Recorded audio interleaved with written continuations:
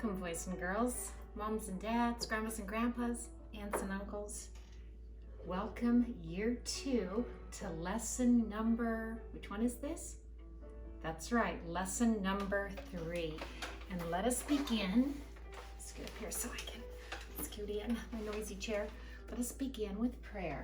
I'm going to get my big old Bible and move the candle here so that I don't catch anything on fire. My water.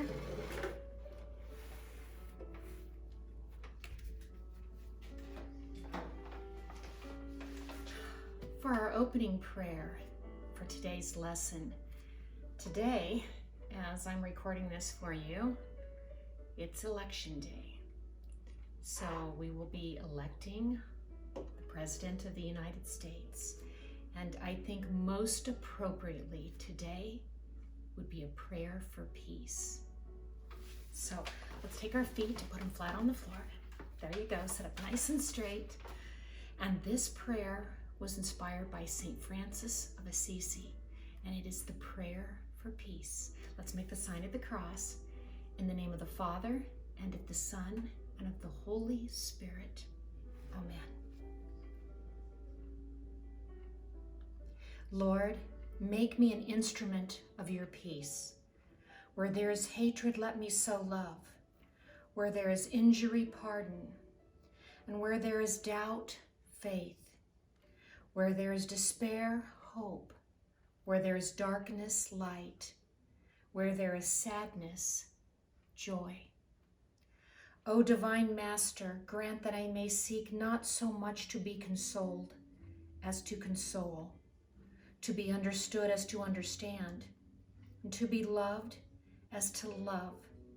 For it is in giving that we receive, it is in pardoning that we are pardoned, and it is in dying that we're born to eternal life. This prayer for peace is beautiful. And moms and dads, if you just take this prayer apart for them, it speaks volumes. You could plan an entire lesson for the next year just on this prayer. Listen, where there is hatred, let me sow love. Not sow, but sow, kind of like, if you were to sow, that means to weave in.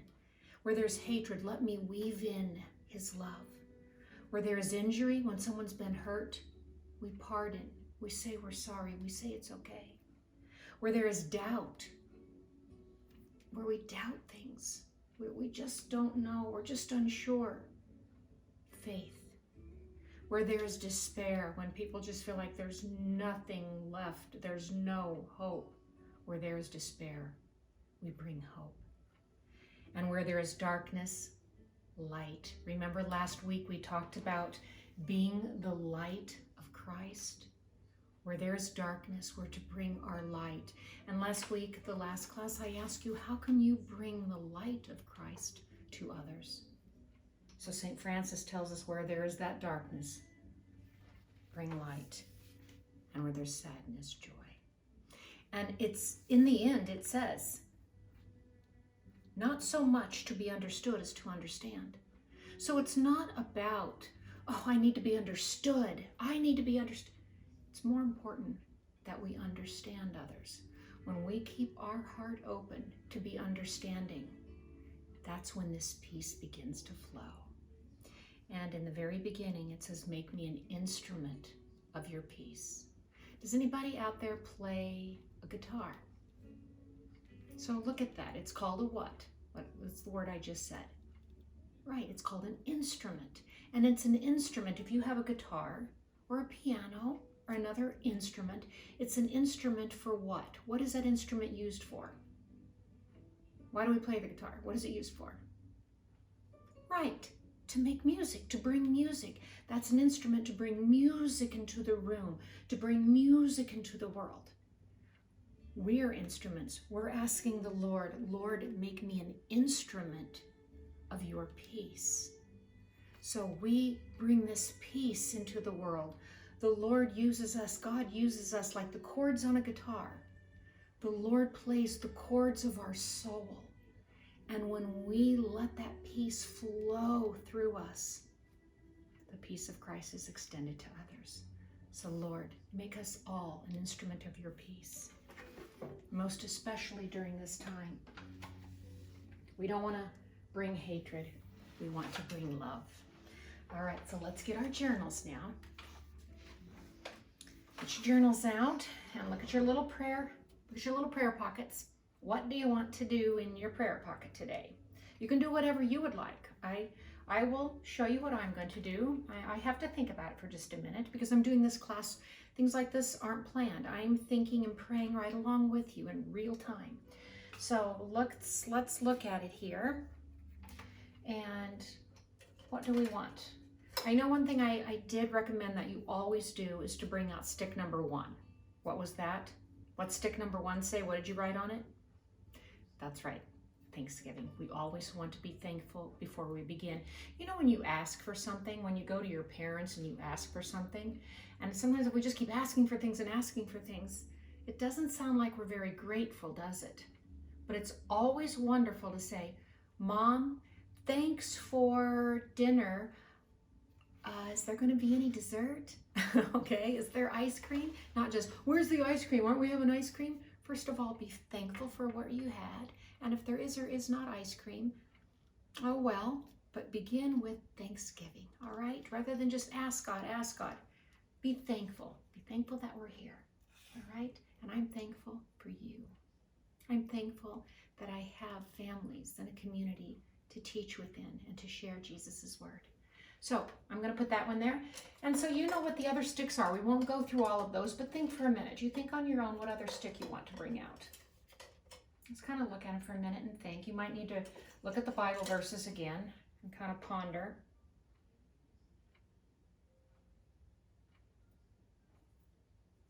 I know I'm going to put number 5 in there because that's his will. Whatever happens with the election, okay, we have to give it to God.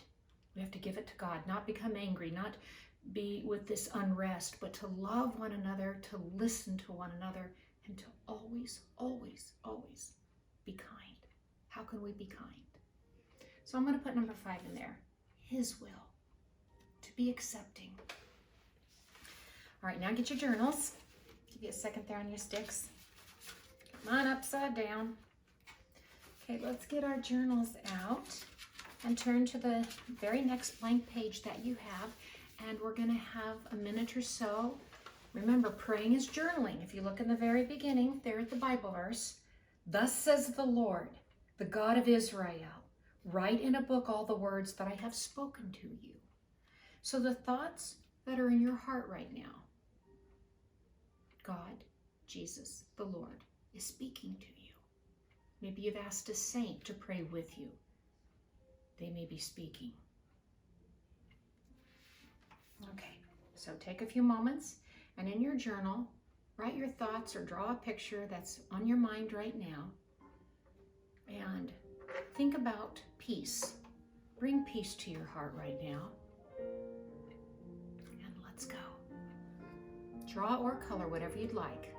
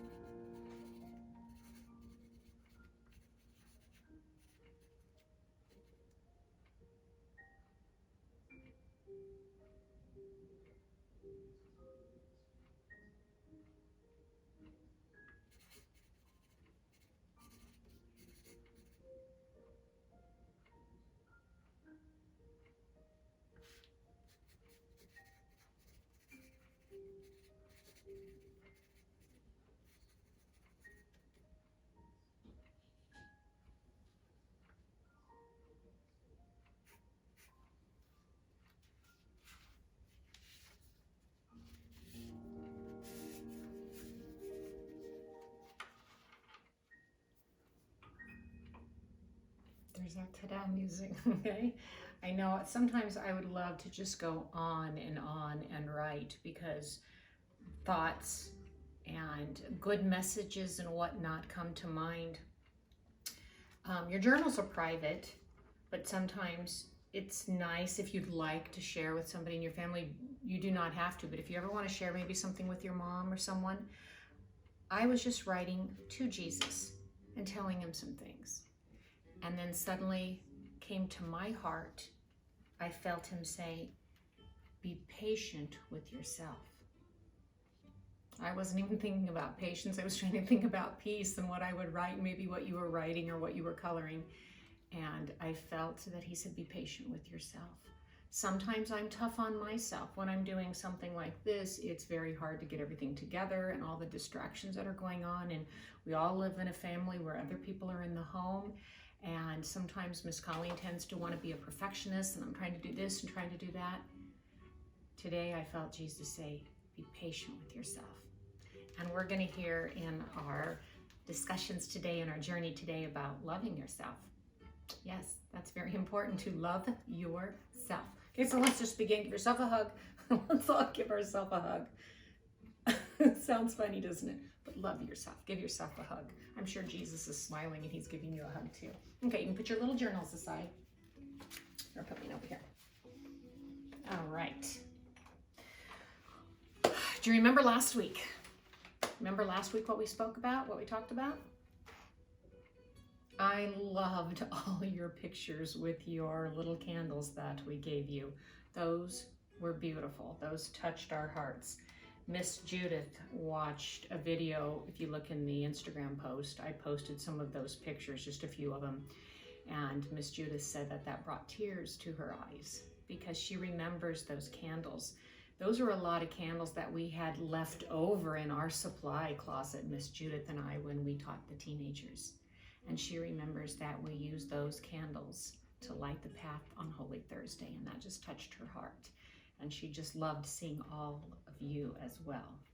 Some of her children that she has taught and seen. Okay, so first things first, I'm not going to spend a lot of time on this at all. This is for you parents. When we put these partners in faith in here, parents, this is for you to build upon other lessons, okay? So you could do 10 lessons here with this, and this is the one that is in English and Spanish, and it's got a lot, so you can maybe give it to grandma or someone else in the family, and they can extend the lesson as well.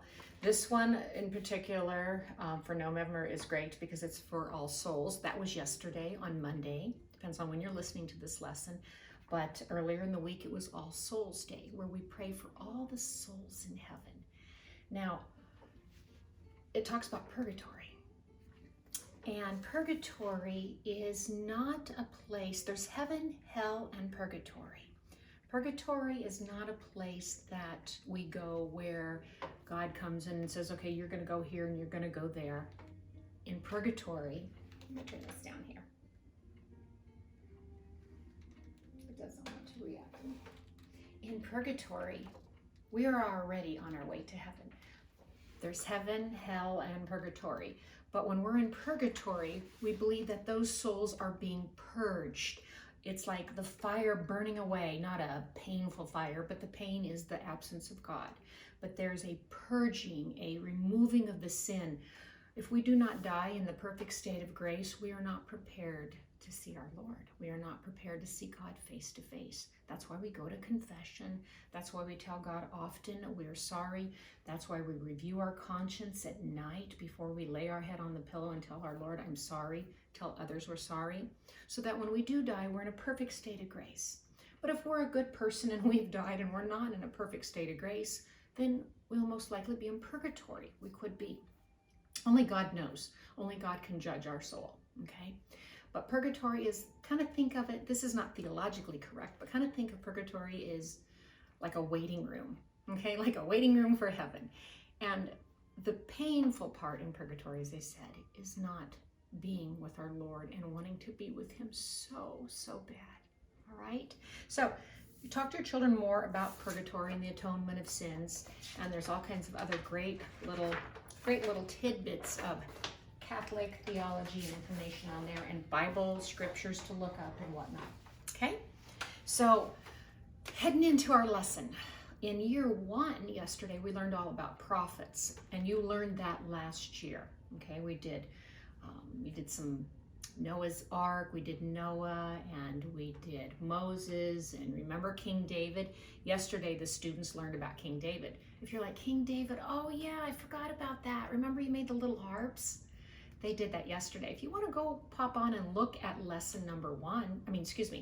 year 1, if you want to look at their lesson number 3, moms and dads, if you'd like to, I don't think anybody has got a ton of time on their hands, but moms in dads and grandmas and grandpas that are in our year 2, if you're like, well, I don't know if I really know what they did last year completely, because maybe you're really busy at the time, and you are welcome to go back into YouTube and look at lessons 1, keep saying that, year 1's lesson, okay? So we learned about Noah's Ark and Noah and Moses and all of that, but we're gonna go a little deeper into Moses today, all right? He was a great leader. Now, we are voting today for a leader, right? The parents are, adults are voting for a leader. Back in the day, they had leaders as well, people to lead them. They also back then had kings. That's what we learned about yesterday with King David with our year 1 students. But Moses was a great leader. God chose him. Moses was not perfect. When we were listening to yesterday about King David was far from perfect. He had someone murdered. He had stolen someone's wife. Yet again, that is who God chose to lead his people. So just in that way, God chose those prophets. God chooses us. We're like prophets where God chooses us to lead his people. As I'm leading you right now through your catechism lessons and through this journey with Jesus to your First Holy Communion, your parents are leading you, you will lead others. You might lead your brothers and sisters, even your older brothers and sisters, or your friends. Share with them, evangelize, share with them what you have learned, okay? That's leading. So Moses was a great leader. I'm gonna take a quick sip here. It's not coffee, it's water, okay? Moses was a great leader, and he led the Israelites out of slavery. Yep, they were in slavery in Egypt. You might remember that story last year. Your teachers took a little bit of time with that one. The Israelites, they were God's chosen people, and they left their home and their place that they loved. They had to leave their land because of famine. Do you guys know what famine is? Everybody say that word, famine. Okay, that means that their land could no longer supply for them their crops and their food that they needed. Imagine if all of Camarillo all of a sudden couldn't grow any produce, or all of California couldn't grow any produce, and the trees died and there was nothing for us to eat, and we had to move to another land. That's what the Israelites had to do. So they had to settle to another land, and they went to Egypt. And they settled around the Nile, on the banks of the Nile River is where they settled. And for many years there in Egypt, on the banks of the Nile, they were very happy. They were a happy people living there in Egypt along the Nile River, worshiping God. Their families were growing big, and their families were growing bigger and bigger. That's when disaster struck. Pharaoh, the prince of Egypt, was a powerful man, and he was always fighting in a battle. And when he saw that the Israelites, who were just really minding their own business and worshiping God and loving their families, when he saw that they were growing too big in number, he feared them. And he feared them because he knew that, let's say some other army came up against Pharaoh. He was for fear that maybe they would ask the Israelites to join them to fight Pharaoh. So he decided that he would, besides enslaving them, he had the Israelites building his cities and his roads, but that didn't make their group grow smaller. He thought that would. He thought they would just be too tired and they wouldn't grow their families anymore. Well, their families became larger and larger. They were good, God-loving, God-fearing people. The Israelites were God's chosen people. Nothing was going to stop them. So Pharaoh said that he was going to have the newborn little baby boys killed. He was going to have them thrown into the Nile River and have them drowned. So he thought if he'd have the little babies killed, the little male babies, then that the families would not grow any longer. How sad, right? So there was a little baby, Moses. That's what I was getting ahead of myself there. I was excited about to tell you the story of how Moses was saved. Moses' mother tried to hide him for a while. She couldn't hide him any longer. When he was 3 months old, she put him in a little wicker basket. She put him in a basket and she floated him down the Nile River. And he went floating down the Nile River. Can you imagine how hard that would be to give up your child? But she gave up her child because she wanted him to live. She knew in her heart there was a great purpose and a plan for her son. So he went down the river. He ended up at Pharaoh's. He ended up at Pharaoh's palace, and Pharaoh's daughter came out, saw this beautiful little baby in the basket. Who could resist? And brought him out, and she kept him, and she raised him as her own. She raised him as an Egyptian. So parents, I want you to tell your children this story further. The Bible verse and everything is in your supply kit. I want you to further upon this story. I want them to know this story.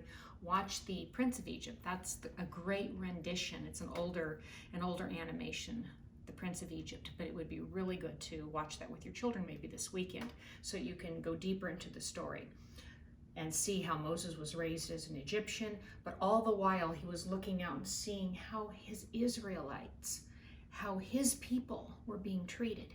He couldn't stand it. It tore him up inside. And one day when he was a little bit older, he was a young man, and he just couldn't handle it. He had a temper. He couldn't handle it at all. You know what he did? He went out and he killed an Egyptian who was hurting the Israelite people. You maybe almost say in self-defense to stand up for his people, but nonetheless it was wrong. It was murder. He was for fear of Pharaoh, so Moses fled into the desert. He ran away. God had a plan and a purpose for him, but he ran away. He ran away into the desert. He was in the desert for 40 years. That's a long time. And you think, well, hey, if Moses was going to set his people free, if that's who God chose to set the people free, you would think that he would allow him to stay in Egypt. I was thinking about that myself. Gosh, why wouldn't God just allow him to stay there in Egypt as a young man and free those people? No, there was some work that needed to be done in Moses. It's called a tempering. Sometimes in us too, there's work to be done in us. And sometimes we find ourselves in a situation. Why am I in this situation? Why is it like this? God is working on us. God has a plan for us. Number 5, his will. Go with God's plan. He is working on it. So Moses in the desert for 40 years. I don't know how long we will be in this situation where we can't be together. That's hard for Miss Colleen. Teaching like this is very hard.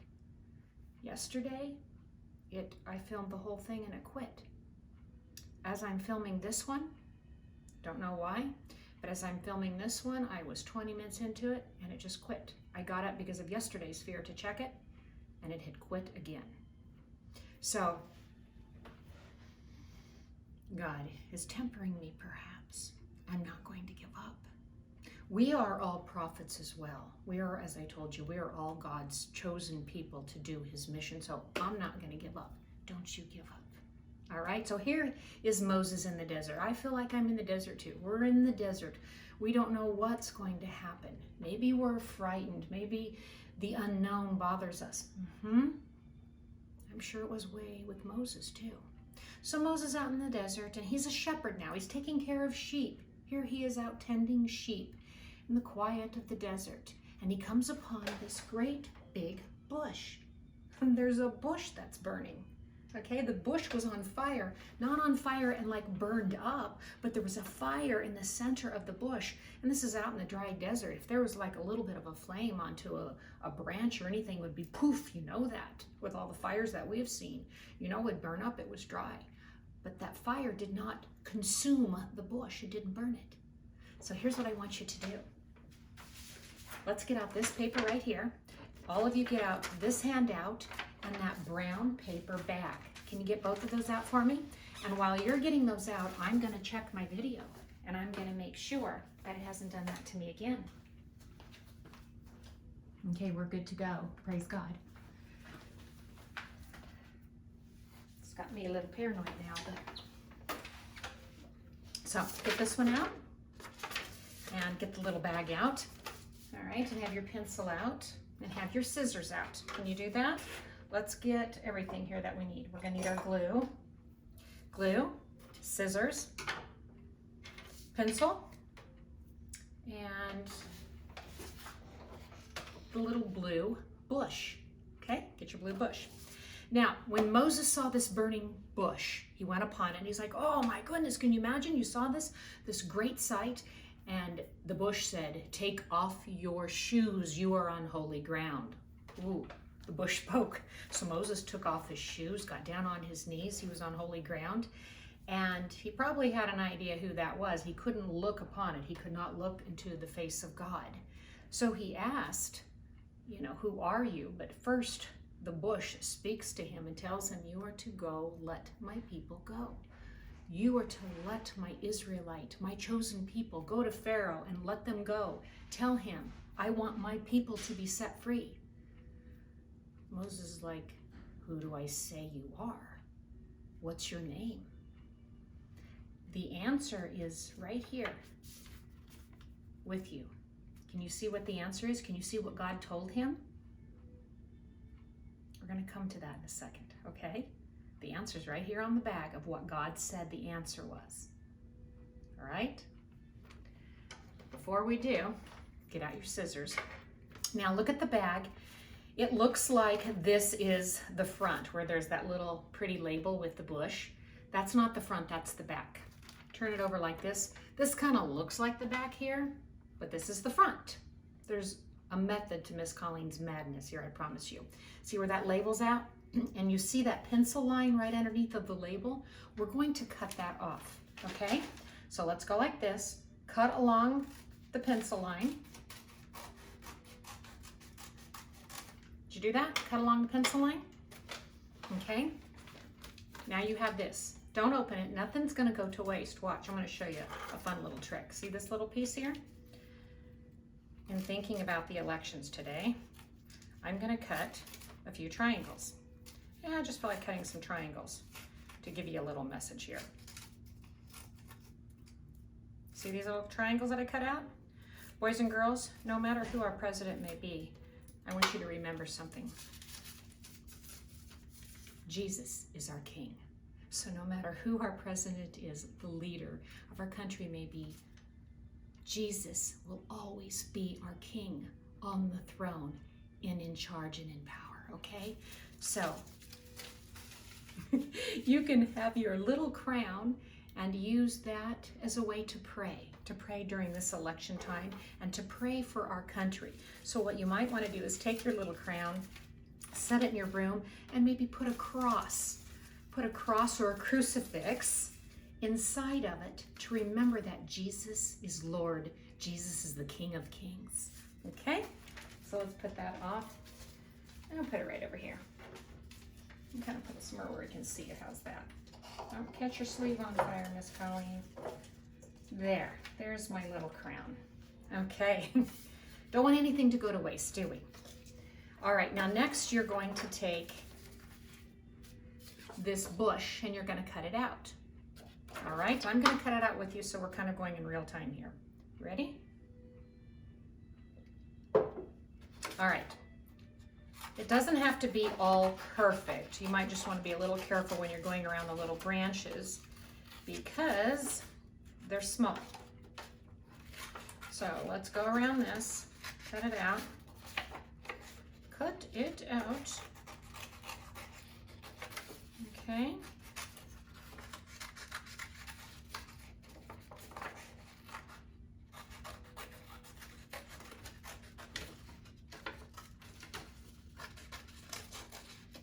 Cut your little bush out all the way. I'm going a little fast and sloppy here.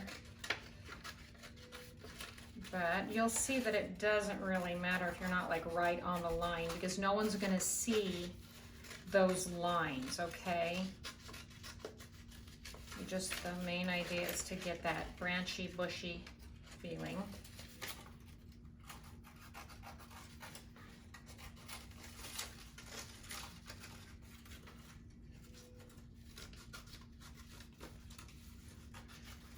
Okay, almost got it.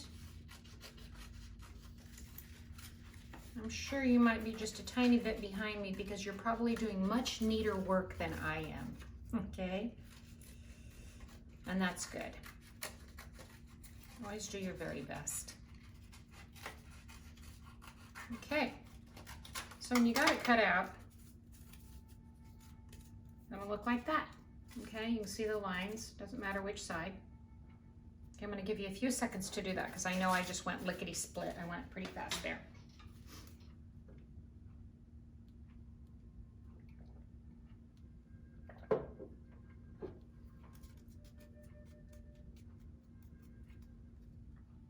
Got it?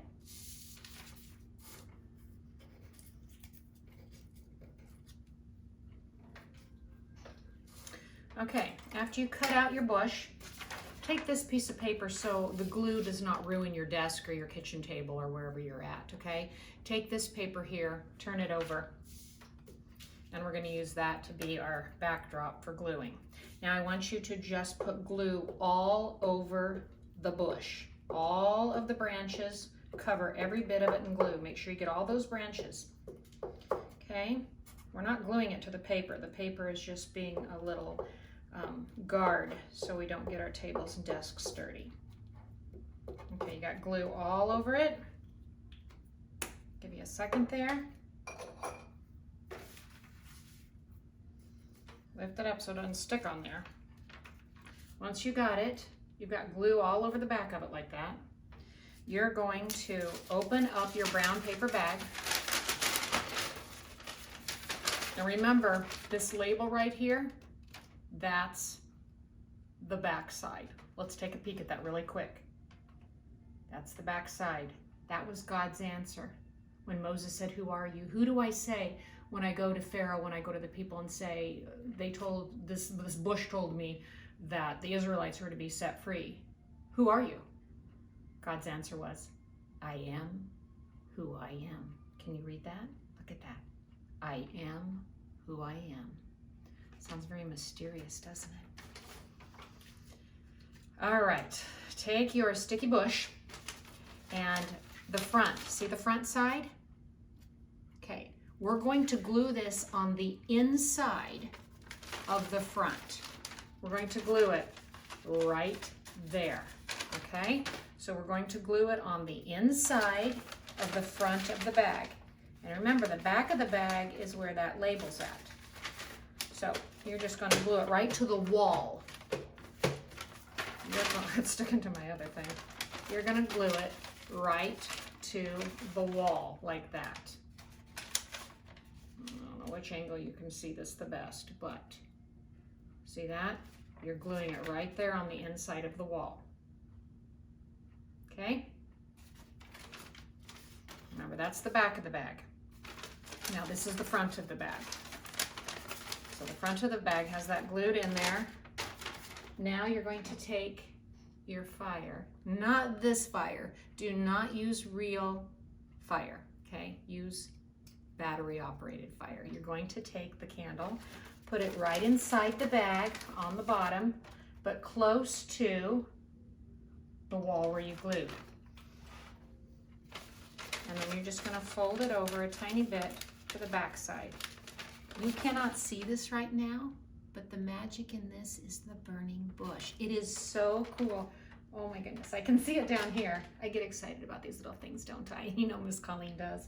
But I can see the burning bush. And the cool thing about this is the candle, the little battery operated candle flickers, so it looks like a fire. When I did this for a couple of my grandchildren, they got really excited. They kept saying, let's do it again, Grandma, let's do it again. Because there's a closet right over here, and we took it into the hall closet. And we made it dark, shut the closet door, and you could see. So this would be a really awesome night light. All right, you could put that in your room tonight, and you could remember the story of Moses. Now, what's really important is, I've written on the bottom of my bag here for you, what may God be calling you to do? Moses was called to set the Israelite people free. God called him to the burning bush and said, Moses, I have a job for you. You are to let my people go. Let my people free. Free them from the slavery. Wow, that was a tough job. First of all, Moses had a little bit of a problem. I don't know if you know, but he stuttered. He couldn't speak very well. So God said, not a problem, take your brother Aaron with you, and Aaron will help you speak. So what is God calling you to do? Parents, grandmas, grandpas, children, what do you think God's calling you to do? We'll know that when we talk to him, won't we? Okay, so that's what our little, I'm going to turn that off so I don't run that out. Might want to turn yours off right now. But tonight, or go into a closet a little bit later on and check it out. But tonight, turn that on. Turn your little candle on and think about what God's calling you to do. And it'd make a really fun nightlight. And then you can just see and watch that. And you can ask Moses to help you too in difficult situations. Don't forget about Moses. He's also a saint. All right. Very good. And then the little worksheet, you can just do that on your own. Okay, that kind of recaps the story that I just told you. All right, now there's something else that God gave to Moses and asked Moses to do. Do you know what that was? Do you know what God gave Moses? Here, it'll be a little bit easier to see it, you'll know. Take these out. Pick out what looks like these little books, okay? Everybody get those out. And Miss Colleen's going to check her camera one more time. Yep, we're all good. I think what was happening was, even though I had it muted and everything and silenced, I think I needed to put it in airplane mode so that a call or something wouldn't come in. I think something disturbed it. That's what I'm gonna go with here. Okay, see, we learned something. Take these little booklets, looks like little booklets out. Now you see another pencil mark there. See that kind of curved pencil mark? I'd like you to cut there, all right? And you're gonna see the shape that this makes. So let's all do that together. Let's cut along that pencil mark. Go real slow there. Let's do this nice and neat, because you will see this. You saw how we didn't see that tree, right? See, you didn't see the little pencil lines or anything on the tree because, or the ink lines, it went inside the bag. But you'll see this, so go real slow and careful. Okay? And if you got any pencil lines there, if you want to erase them, you can, but it's perfect otherwise. Okay, did you all cut that out? Now look, if I open it, what's that look like? The 10 Commandments, right? Moses, if you know that story, when Moses led the people out. Now you need to know the part of the story in between, and parents, you're going to need to read out of a children's Bible or the Bible and tell them that story. Moses did set his people free. It's very cool how that happened. A whole sea opened up for them so they could all run, okay? And they all left. And they left from Pharaoh, and the sea gobbled Pharaoh up. But they go out now, and Moses has got all the people. They're free now. They're free from Egypt. They're free from Pharaoh. They're out in the desert. Finally, they can worship their God and be with their families. They start grumbling and complaining after a while.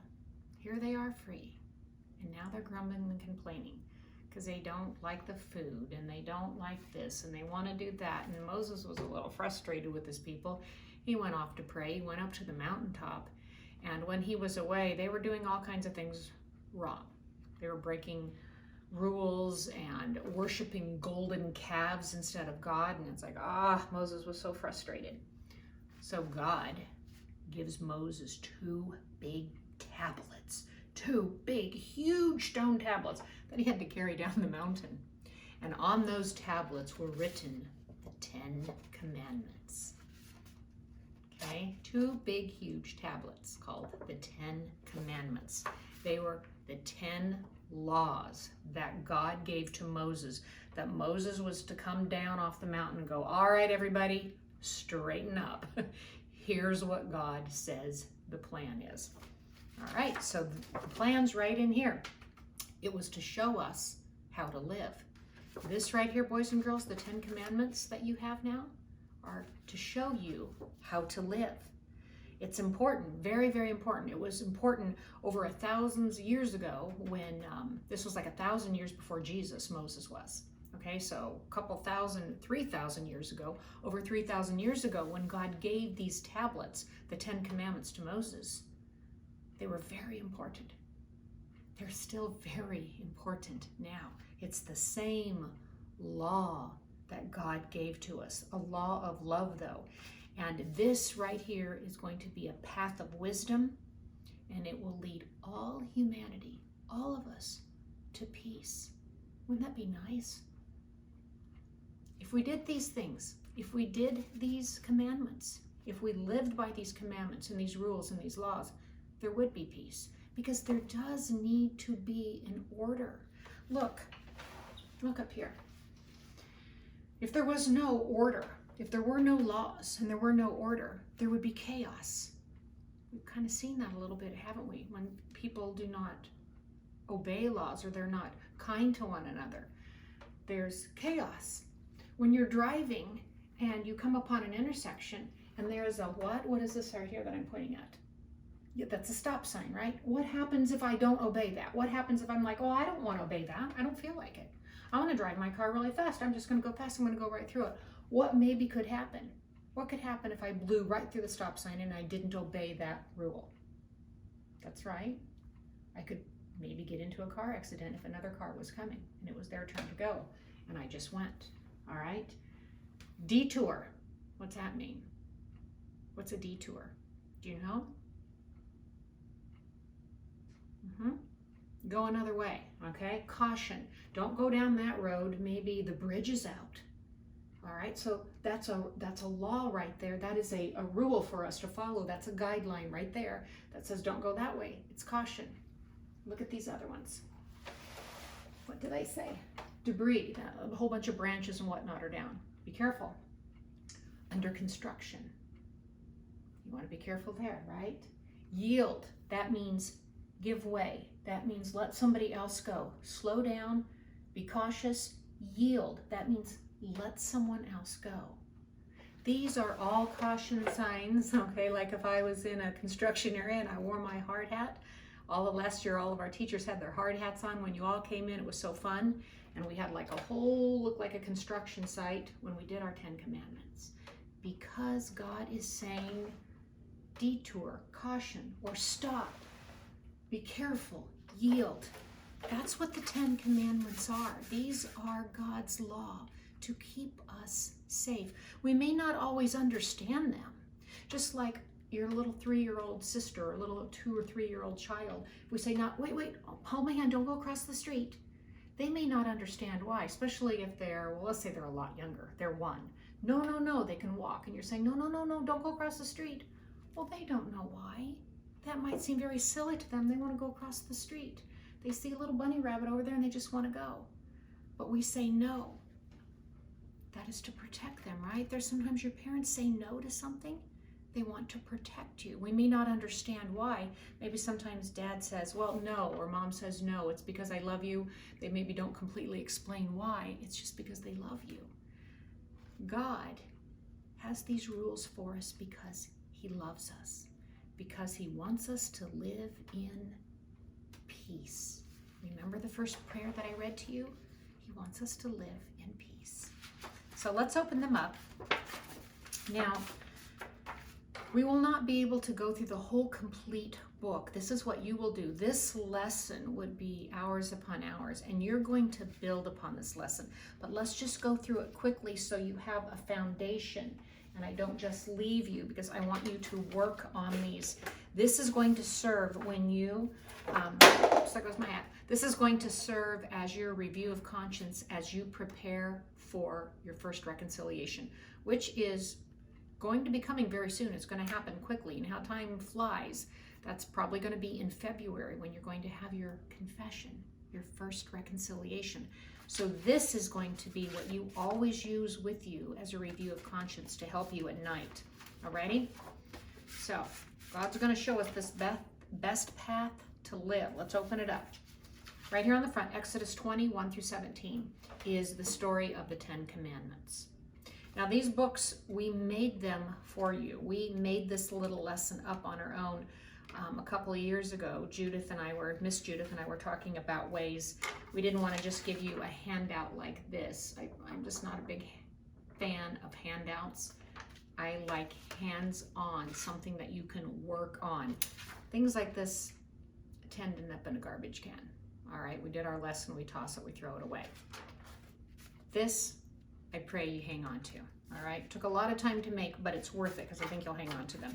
And Miss Elodia this time stapled and stamped them all, which this takes a lot of time. So we love her and thank her for doing that. All right, so open it up. The 10 Commandments are all listed here. If you turn the pages, 1, 2, 3, okay, go through there. Let's look at the first one. Open up, grab your pencil. The first commandment. First of all, the commandments are divided into 2 parts. Did you know that? They're divided up into 2 parts. Commandments 1 through 3 show us how we're to love God. So 1 through 3, there's 10 commandments. They're to show us how we are to love God. And commandments, the next ones, 4 through 10, show us how we are to love others, love our neighbors, okay? How we are to love others. They're divided up into 2 ways, all right? So if you go to number 3, then you go to 4, the last 7 show us how to love ourselves and how to love others. Remember in the beginning when I said you got to love yourself? All right, so the first 3 are how to love God. Let's look at commandment number 1. I am the Lord your God. You shall not have strange gods before me. Well, that sounds funny. God is our only God, right? Strange gods. Well, we know out in the desert, the Israelites, when they weren't being good, they were worshiping gold cows. Okay, sounds kind of funny, but okay, that was a strange God. We're like, okay, we're not worshiping any gold cows. But there are ways that we can put other things before God. That commandment means to put God first in your life. We worship nothing but God. Okay, God is first. We want to make him the most important thing in our life. You know, I can tell you right now, parents, you're doing a very good job of that.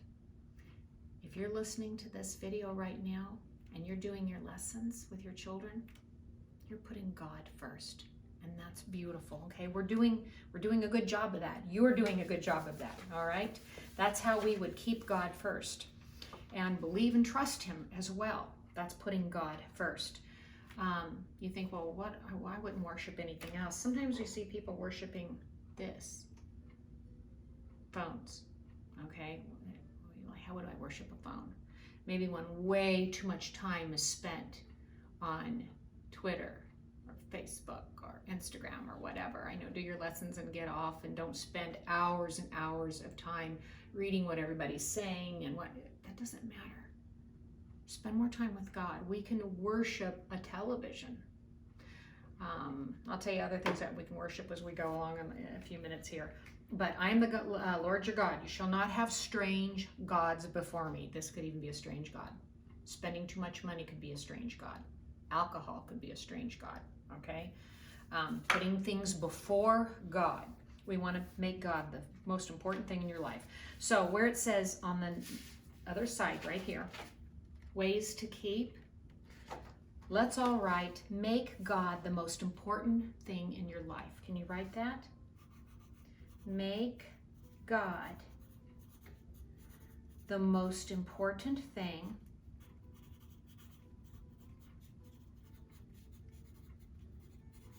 in your life.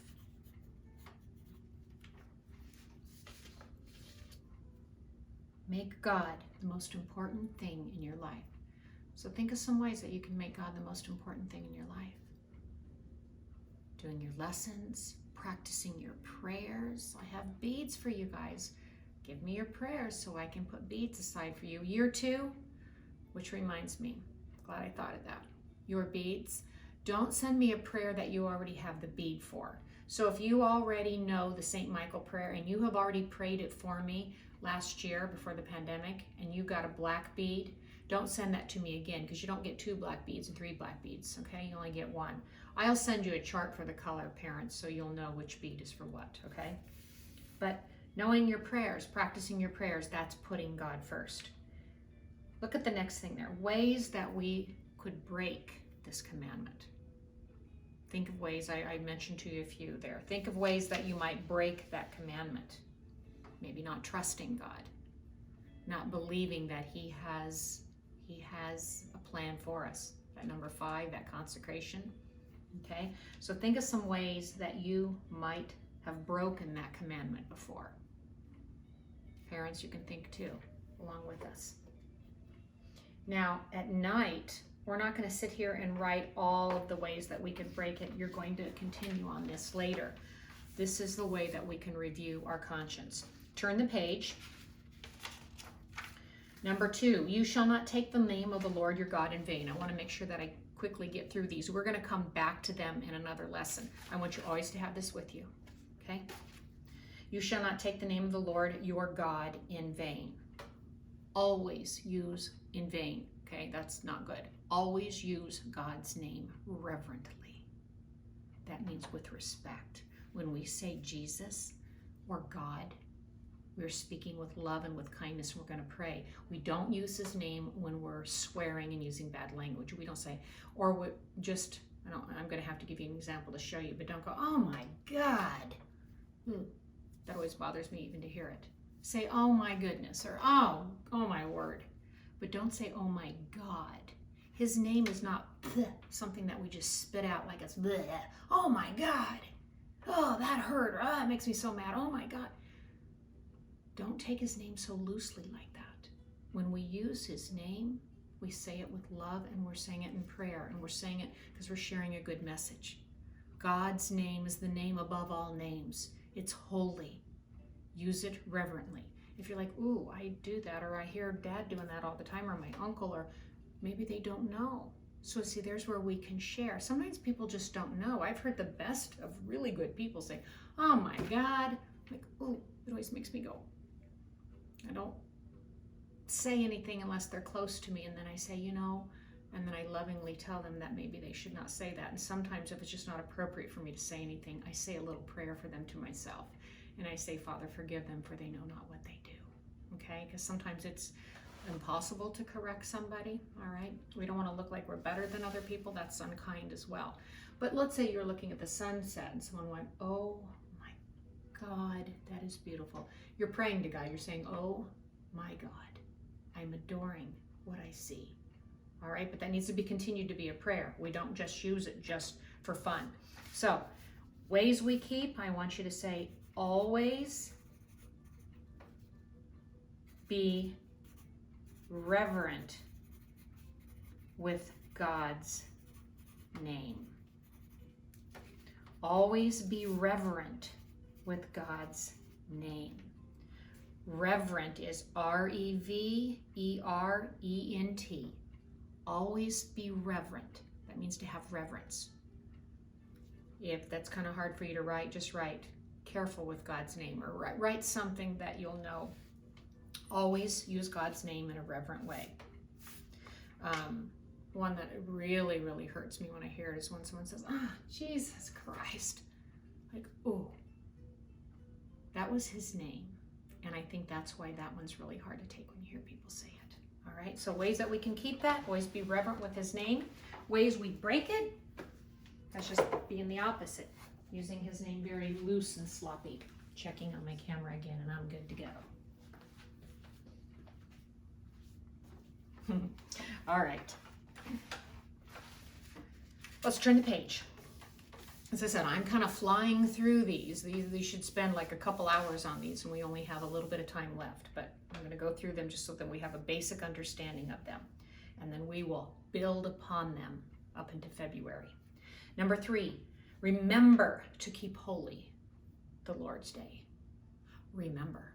That's a strong word. Not remember like, kind of sit and think back about it. Remember means to do it, okay? I'll give you an example. If Dad were to say, now take out the trash. And then you're like, ugh, I don't want to take out the trash. And you didn't tell Dad that, but you're just thinking, ugh. And he's like, take out the trash. Okay, when I come home, I want that trash to be out. And you're like, okay. And he comes home and he's like, Joseph, because the trash is still sitting there. And Dad's like, Joseph, did you remember to take out the trash? And you're like, yeah. He's like, but it's still here. It's like, yeah, I remembered. I just didn't do it. That'd be a bad attitude, wouldn't it? And when Dad said, did you remember to take out the trash? What did he mean? He meant, did you do it? He didn't mean, did you just remember, okay? So remember to keep holy the Lord's Day. That's very important. What's the Lord's Day? The Sabbath. The Lord's Day is Sunday. Attend Mass on Sunday. That's not an option. We only don't go to Mass on Sunday if we were ill, but now we can go to Mass virtually. There's virtually no excuse, is there? Okay, so ways we keep it, say go to Mass. Go to Mass. Not once in a while, not once a month, every single Sunday. Okay, keep holy the Sabbath. God wants us to set aside that day. He said it. This is not Miss Colleen's rule. This is not the church's rule. This is God's. Remember to keep holy the Lord's Day. Keep that day holy, which also means try not to do a lot of work if you don't need to do it.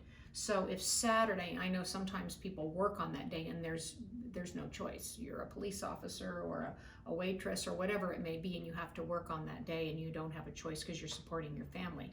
But what I mean about keeping that day of rest is, let's say on Saturday, all day Saturday, you just went out and sat out in the sun and, you know, sat by the pool and played and ran around and went shopping all day. And then on Sunday, you decided you're going to clean your whole house.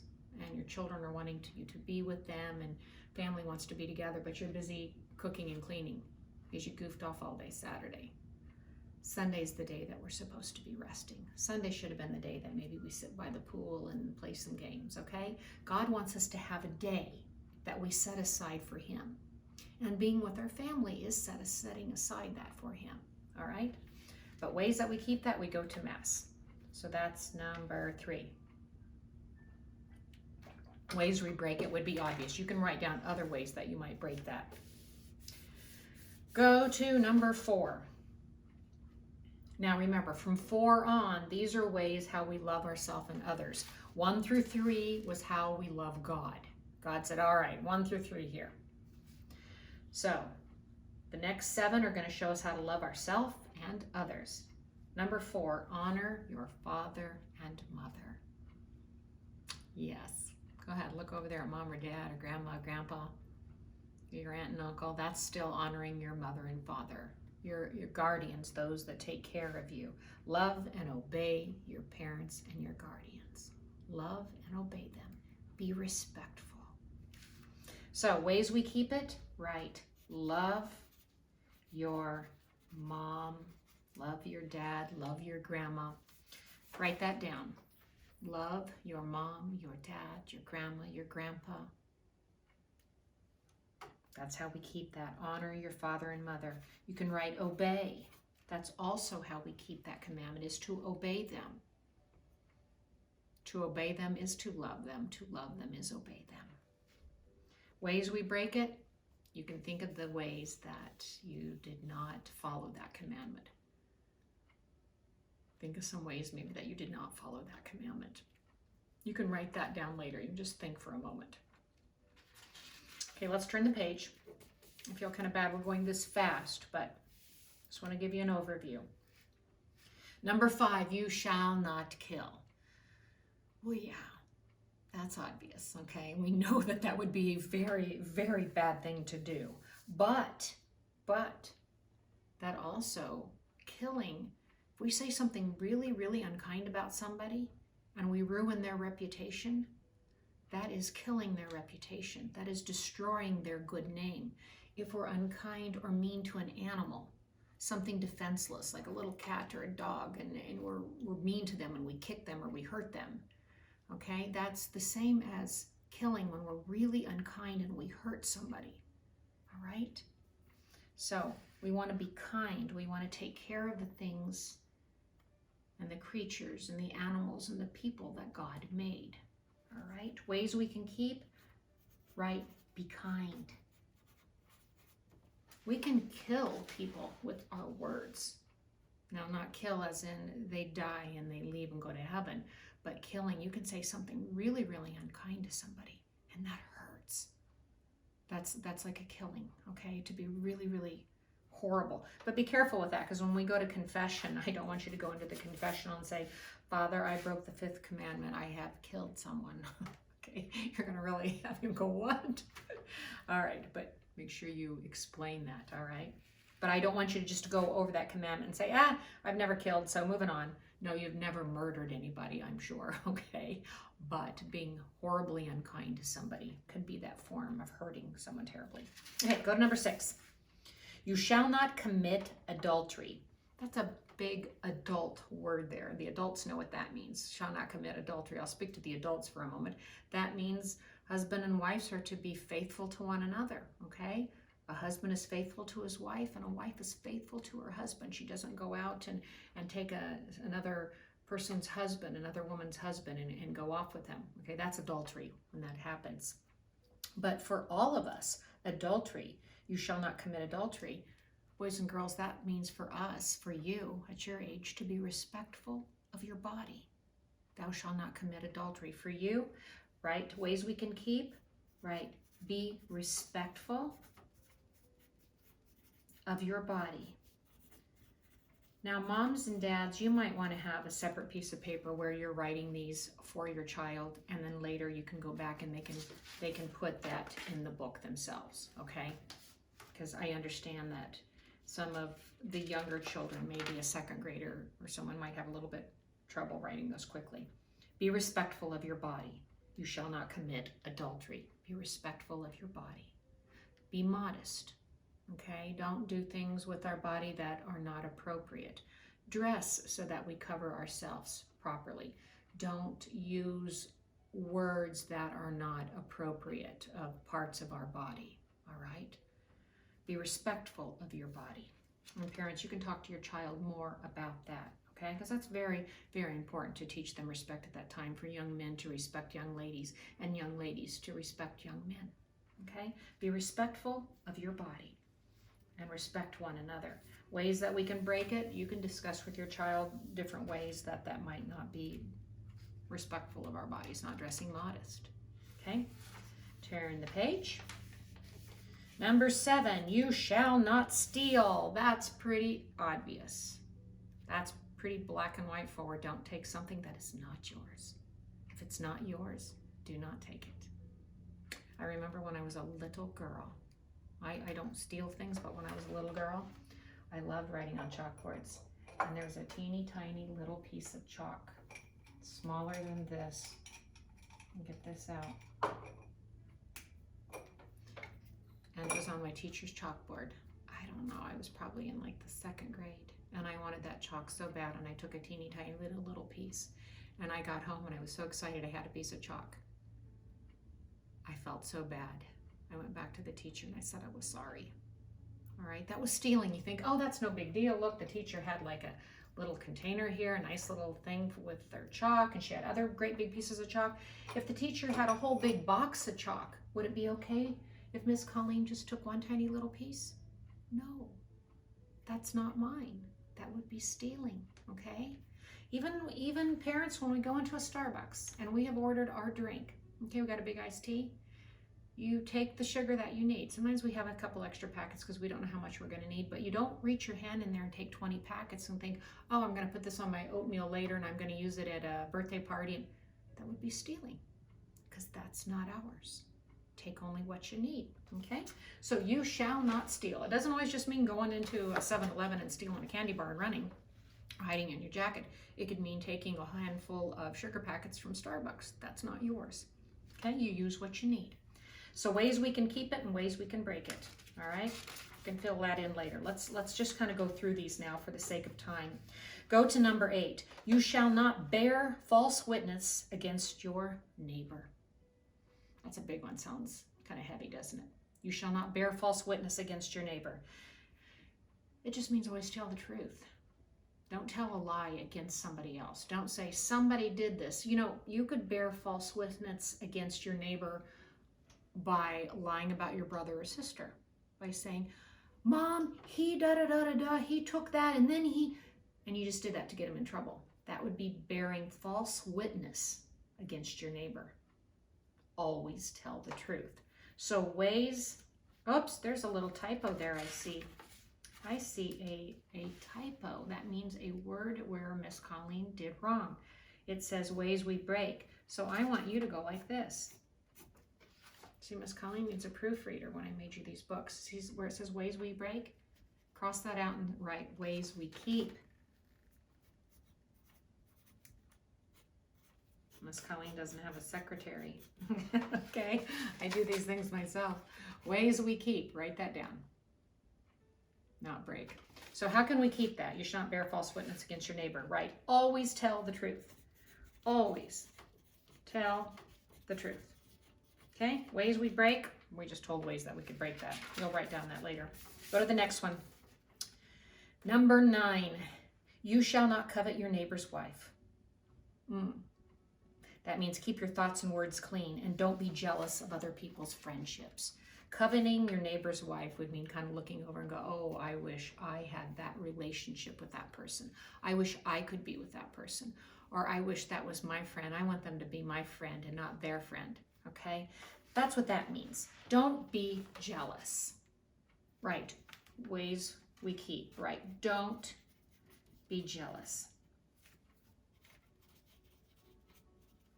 Don't be jealous of others. And when someone shows you something too, don't go, oh, I'm so jealous. Try not to have that word even in your language. That's not a very positive word. Jealous is not a good thing. Jealous is not a very good thing at all. And it really even shouldn't be used lightly like that. Oh man, that outfit's so cute, or you got that new whatever. I'm so jealous. Try not to use that word. Jealous is not a good word. That's coveting, okay? You shall not covet your neighbor's wife. You shall not covet friendships. Okay, go to number 10. You shall not covet your neighbor's goods. Once again, being jealous. Be happy with what you have. Don't look at what somebody else has, the toys that they have, the phone that they have, the car that they drive. Do not be jealous of that. Don't look and go, oh, I wish I had that. That's coveting. Covet means to be jealous. That means you wish that was yours and you're wishing it so much that it was yours.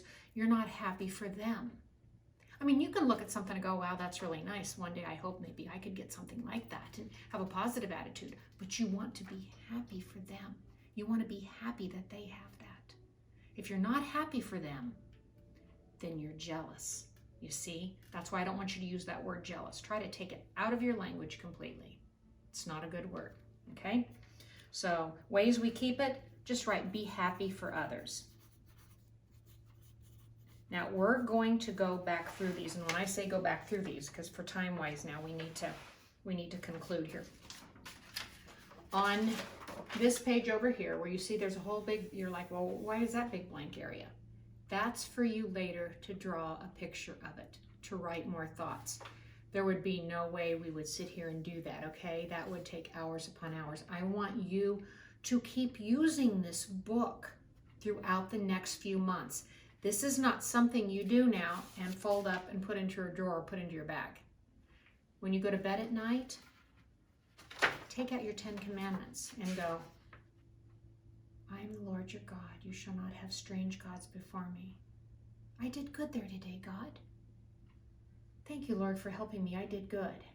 And then maybe if you didn't, maybe you're like, oh no, I spent like hours today on the computer just playing games all day.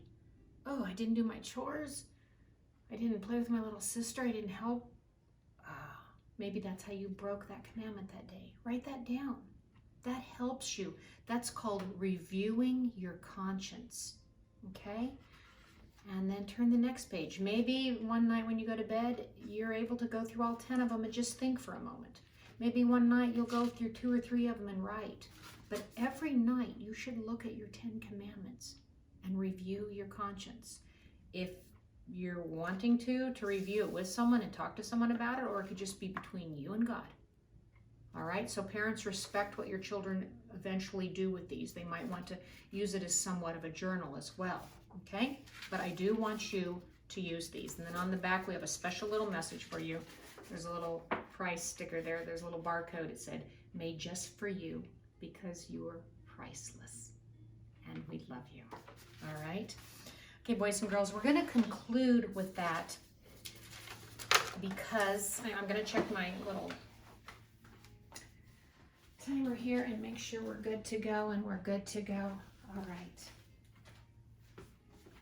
I don't ever want the lesson to be over an hour 30. That's the time that we are normally together, and I like to keep it a little less if I can, but there's just so much that we have to give you, that we want to share with you because we love you. And as we conclude, we are going to pray a psalm. And yesterday with year 1, we studied the Psalms. Remember the little psalm tree that we had? Okay, that's what we're going to close our prayer on. And as we do, looking back at the environment here, remembering today and our bush, which is not burning, but this is our burning bush. That's why it's kind of all brown there on the edges. And then our signs here, our signs for God's rules, because he loves us. And I want you to remember something. These are not God's 10 suggestions, okay? They're not suggestions. They are his law of love. Law of love, okay? So every Sunday, Renee and Tommy graciously bring you the gospel. Graciously. And I know that time that they spend, I know what that takes to do that. That love that they give and record a lesson for you. They do that out of love for you. I hopefully will be able to meet them sometime. But they do the gospel. So for Mass, there's a first, at church, there's a first reading and a second reading, a psalm, and the gospel. You only get the gospel from us, okay? Otherwise, we would be with you every single day of the week. The thing I would like you to start praying before Mass is the psalm, which is beautiful. The Psalms, as we learned last year, are sung. And the responsorial psalm, on your gospel questions 1 through 10, we always ask you what the psalm is, and some of you write what it is, Psalm 63, whatever it may be. I hope you're taking the time to read the psalm. And if not, that's okay. We never had told you to do that, but we would like you to read the psalm before Mass. We should prepare for Mass. So what I'm going to do is I am going to pray this Sunday's psalm with you, so it will be familiar when you hear it on Sunday. And you will hear it on Sunday, right? Because you're going to go to Mass. We're going to keep holy the Sabbath, right? Okay, we're going to keep holy the Sabbath. These are not God's 10 suggestions. All right, let's put our feet flat on the floor. Take a little sip of my water.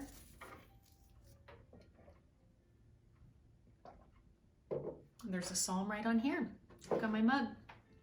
My cup overflows with blessings. And my blessing is you. Feet flat on the floor.